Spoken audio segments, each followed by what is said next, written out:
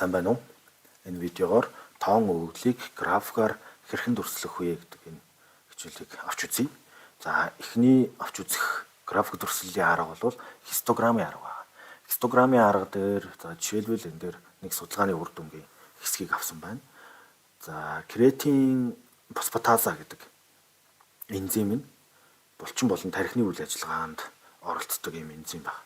Тэгээ энэ энзимийн байгаль дээр олон янз байдлыг судлахаар 36 эрэгтэй цусны дээжээс C-ийн дэх креатин фосфатазагийн концентрацийг тодорхойлсон байна. За энэ концентрац нь бол литр тутамдах 1 гэдэг энэ U квах нь L гэсэн энэ нэгжээр хэмжигдсэн үр дүн нь энд хөснөгтөнд өгсөн байна.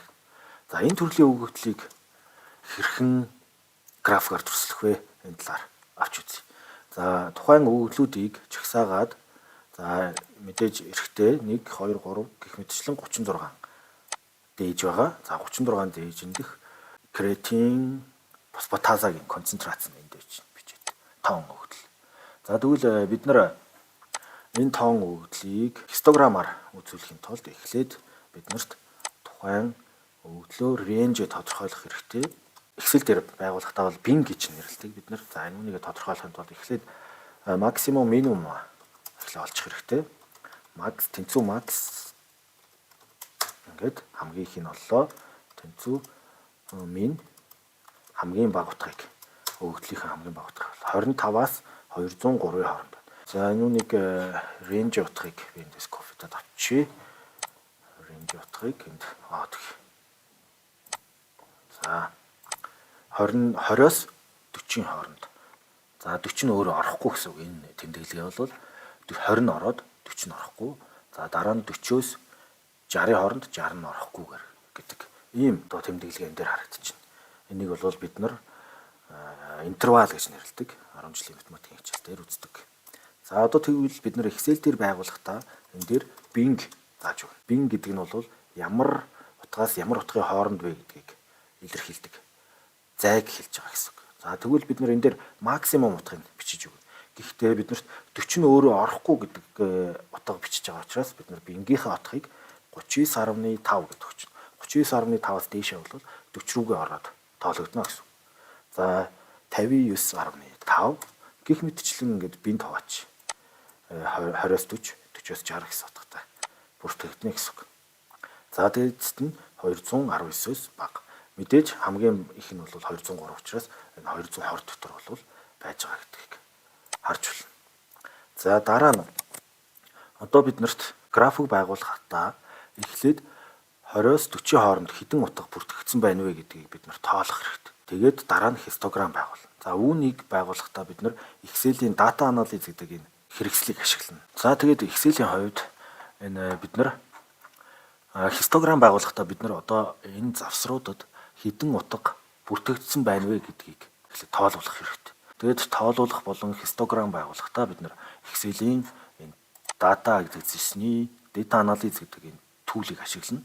Гэхдээ Excel нь өөрөө install хийхдээ data analysis-ийн toolbox нь ихэвчлэн суугаагүй байдаг. Тийм учраас бид нар file дараа нь options дээр дарна. Тэгээд add-ins гэж байгаа. Энд доор тэгээд за тэгээ analysis toolpack гэдгийг дараад Excel add-ins-ийг сонгоод тэгээд go дарна.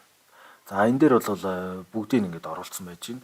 За магадгүй эхнийх нь сонгоцсон байх хангалттай тэгээд окей дарна. За ингэснээр дараа нь биднэрт Excel-ийн data analysis toolbox ороод ирнэ гэсэн үг.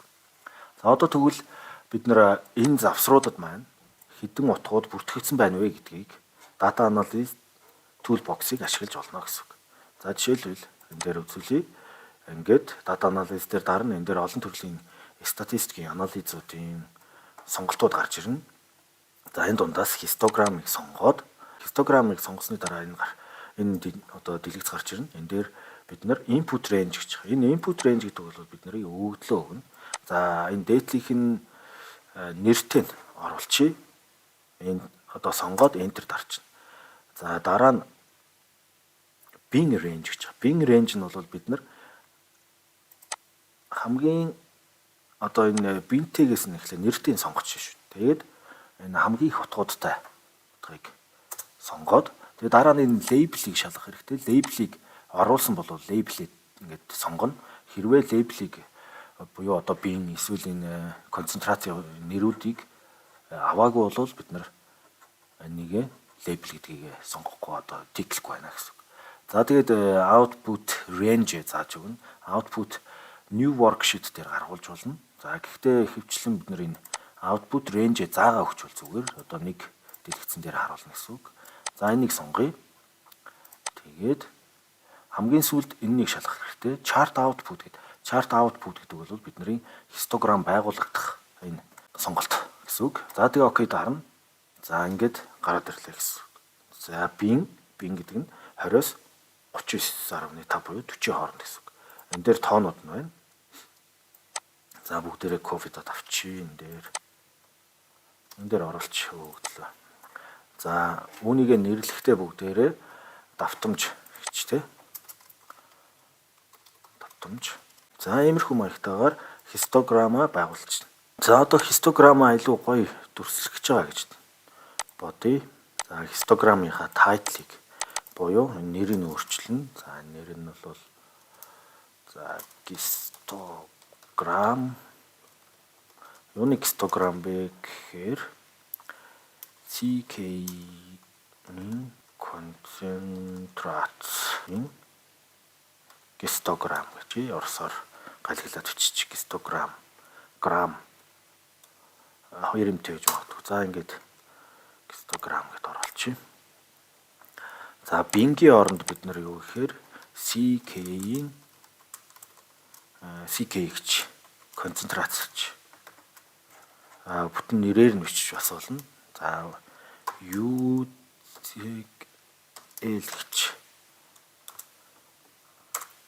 нэгж нэнд өгч гэнэ гэсэн үг. За энэ дээр давтамж гэж өгч болно. Монголоор давтамж гэж бичиж өгч байна. Тэгээ энэ үнийг устгах чинь мэдээж энэ хэрэггүй ганцхан байгаа юмд. За ийм хистограм байгуулна гэсэн. За одоо хистограмма бид нар илүү гоё болгох боломжтой чарт дизайн руу ороод за энэ дээр ингээд хурдан байдлаар сонгож болно. Quick layout гэдэг дээр дараад магадгүй.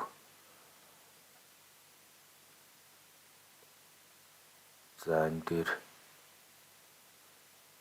энэ арай зохимжгүй байна уу? Гэхдээ энэ үнийг бид нар аваад за outline-ийн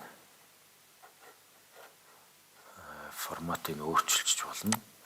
За fill-ийн no fill болгочихъя.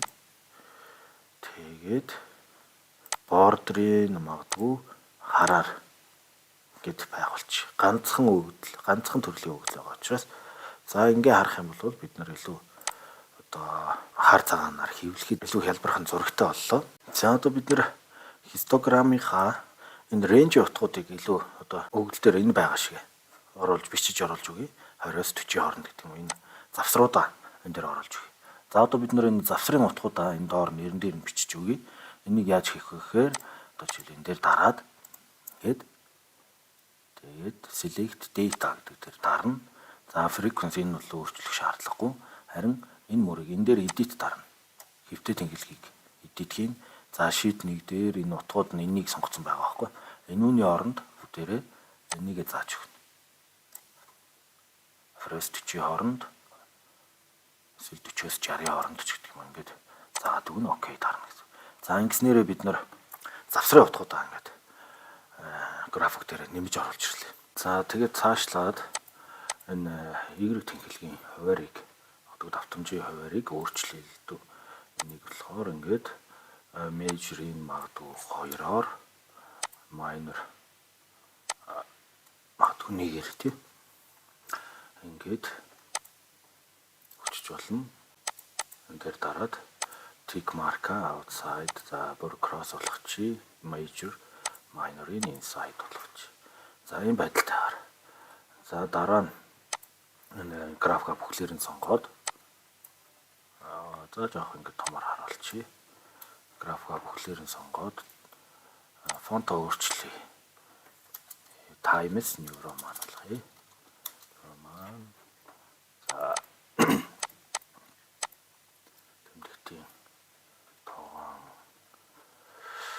фонтыг ихсгий. За харьцаагаа бас x y тэнхлэгийн харьцаагаа бас баг зэрэг харахад тохиромжтой байдал руу шилжүүлээд магадгүй копидж аваад тэгээд үр дүнгээ энэ хуудсан дээр графикаар нь хуулж болно. За магадгүй chart design гэн дээрээс бид нэр Excel файл, Excel-ийн графика энэ дээр өөр ахаад эдитлэх боломжтой гэсэн үг. Word дээр. За мөн зургаар копидж оруулж болно. Ахиж өөрчлөгдөж пропорц нь алдагдуулахгүй тулд энэ paste picture гэдэг. Ингээд зургаар орж ирнэ гэсэн үг. Хистограммын өөр нэг өгч чадах мэдээлэл бол энэ дундаж утга аль орчинд байгаа вэ гэдгийг зааж өгч чадна. Энэ бол 101 литр гэсэн энэ орчимд байна гэдгийг бид нар харж чадна. За mode гэдэг утгыг энэ дээрээс мөн харж чадна.